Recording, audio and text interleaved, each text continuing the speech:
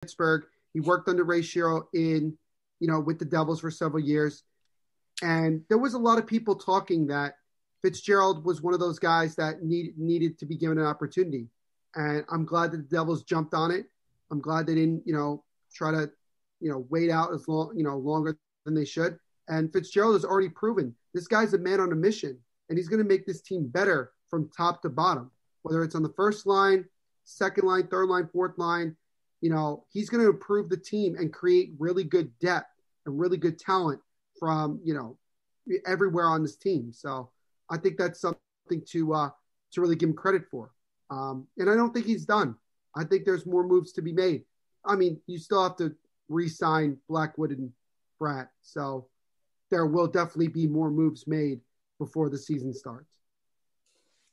Yeah, I think so too. Is there any other thing you guys want to touch on? The only thing else that I wanted to bring up that I would just, ask you guys is, what are your thoughts on Taylor Hall signing the 1-year deal with Buffalo? Because I'll be honest with you, Alex is laughing because he's going to pay more in New York State taxes than he did in New Jersey. That was the thing. I didn't. If you would have told me that when the Devils traded Taylor Hall back last year or earlier this year, you had told me that he would have ended up signing with Buffalo, I would not have believed you. This is my feeling I'm just going to make my feeling and then you guys can go. This move makes sense from Taylor Hall's perspective for several reasons. One is that he gets to play with Jack Eichel where his stats will probably get, increased tenfold. His stats will look a lot better because he's playing with Jack Eichel. Number two is this.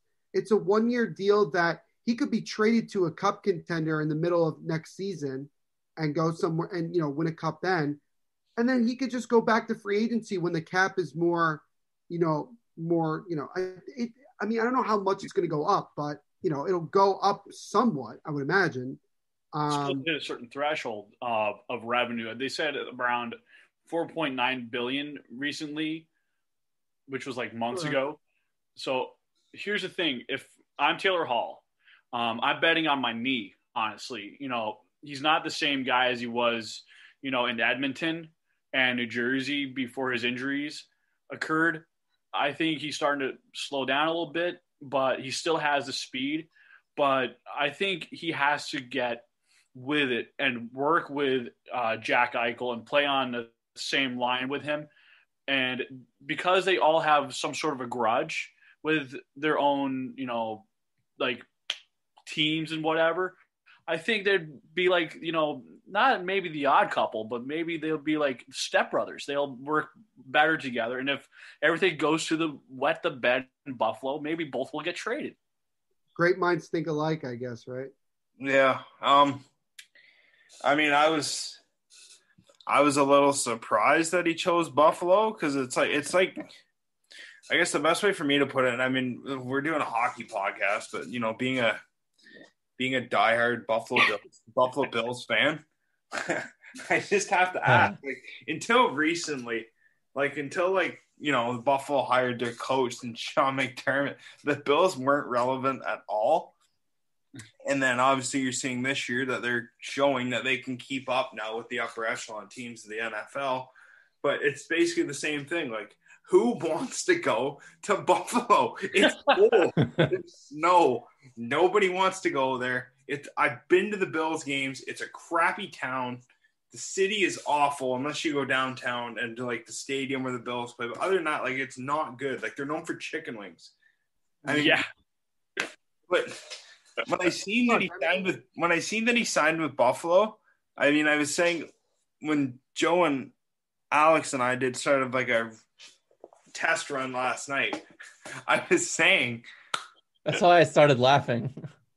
I was pissed off. I'm not gonna lie to you, I was mad because you played for us for 3 seasons.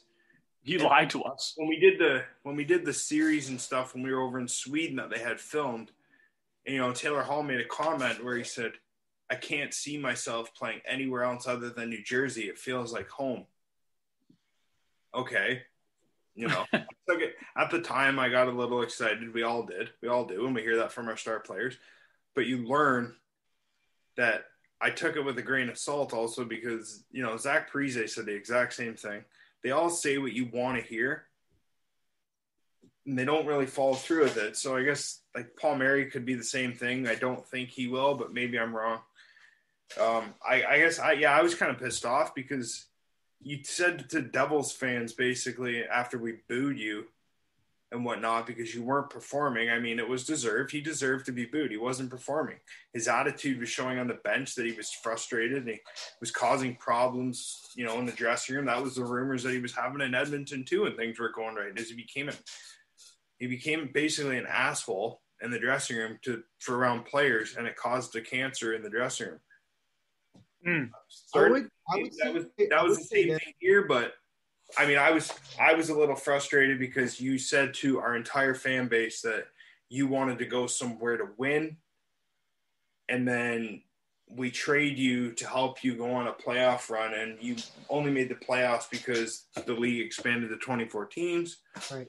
But you say your goal is to win a Stanley Cup, but why would you sign with Buffalo when somebody like Colorado offered you a contract? I mean, I would have took the less money. He got less money for 1 year from Colorado than he did Buffalo. Yeah. Buffalo gave him $8 million. I think Colorado only offered him 4.5 or 6.5. It was something. 6.5. Right. It was 6.5. Let's look at the facts on the ground about everything with Taylor Hall, especially because I've had a lot of people have different opinions of him from the Devils' perspective.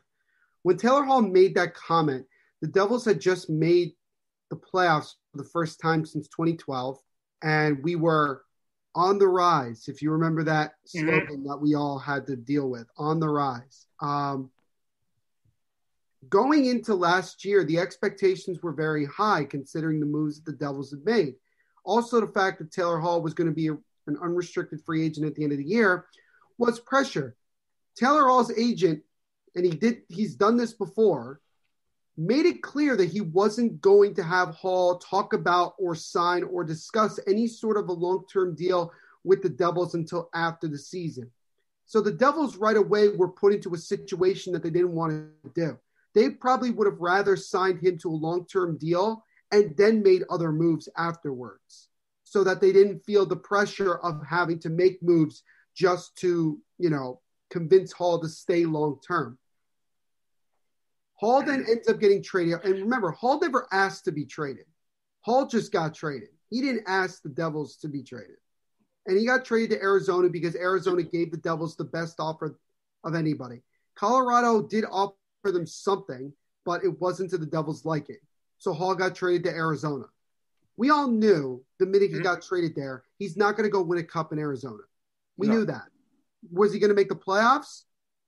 It was 50-50. And then, as you mentioned, Jake, they got in because of the 2014 playoff.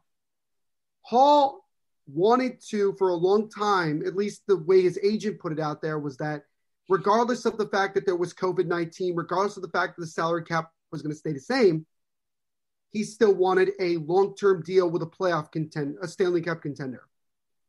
Hall eventually got the realization that that was not going to happen. He was not going to get that from anybody. And I think the perception about Taylor Hall's on the ice is this. Taylor Hall is not a franchise savior. He is not your number one player. He is a nice piece to add on to a team that's already in a position to go win a cup. You know what I mean? He's like the last piece of the puzzle, if you guys get what I'm saying. Yeah. Hall probably looked at all of his options and probably the only options he had, because everybody says, he had like 25 teams call him. Well, there probably was only 2 teams that offered him anything. It was Buffalo or Colorado. And it was like, do you go to Colorado where you weren't going to be the first line left winger? You were not going to be that. And you were going to make very little money anyway. Or do you go to Buffalo where you're on the first line with a star in Jack Eichel, you make it $8 million, and guess what? Is there any pressure from Hall to go win with Buffalo? Absolutely not. So Hall made the decision that was best for him for 1 year, and then Sorry to cut you off. Nate Schmidt traded to the Vancouver Canucks for a third-round pick. Oof. What a stupid Vancouver's made so many stupid moves today. No, that's a really for a third-round pick. That's pretty legit. Well, that's the only thing they've done right, because the fact that they didn't even try to keep Tyler Toffoli or Stetcher. Thank you, Darren Dreger. It's just crazy. All right, well, here we go, people. All right, cool. So that all right. So whatever. All righty. Well, anyway, but my point basically with Hall, and I have no bad feelings towards Hall. I appreciated what he did in New Jersey. I appreciated everything. It wasn't all his fault that it didn't work out. We had John Hines as the head coach, and that was the biggest problem. And that's the thing that the Devils have to blame. They have to blame themselves for the fact that they allowed John Hines go. So, Taylor Hall could just chill in Buffalo for a year. Nobody's going to give him any pressure. And then a year from now, or less than a year from now, he'll probably have a better opportunity, especially if his stats go up. Let's say he gets 30 goals and 40 assists, right? Let's say he has a 70-point season. There might be a team knocking that might say, hey, we're interested in bringing you in. Someone asked me, who did I think Taylor Hall could go to? I mentioned Vegas on a 1-year deal. Would have made sense. Mm-hmm. Now it wouldn't have made any sense considering what they just did with Petrangelo. I'd mentioned the Rangers. I'd mentioned that he could probably go there for a 1-year deal, but I think the Rangers probably wanted to focus on getting guys like Tony DeAngelo signed. And Strome. And Strome as well. But, Taylor Hall gets to go to New York it is what it is. It is what it is. Good for him. I hope he does well. I have nothing against him. I don't believe in the whole he's a locker room cancer thing. I think that was a hogwash. And the Devils traded Taylor Hall. And, Taylor Hall said he wanted, New Jersey feels like home. Well, if Taylor Hall wants to blame somebody for not being able to stay in New Jersey, blame your agent. Because your agent didn't want you to sign any long-term deal in New Jersey. And these players say these things all the time. But at the end of the day, hockey is a business. Exactly, Joe. It's a business. Thank you. So Palmieri might say the same thing. And that's how it is. Look, completely different sport. Dak Prescott got hurt yesterday. Out for the year. Broken ankle.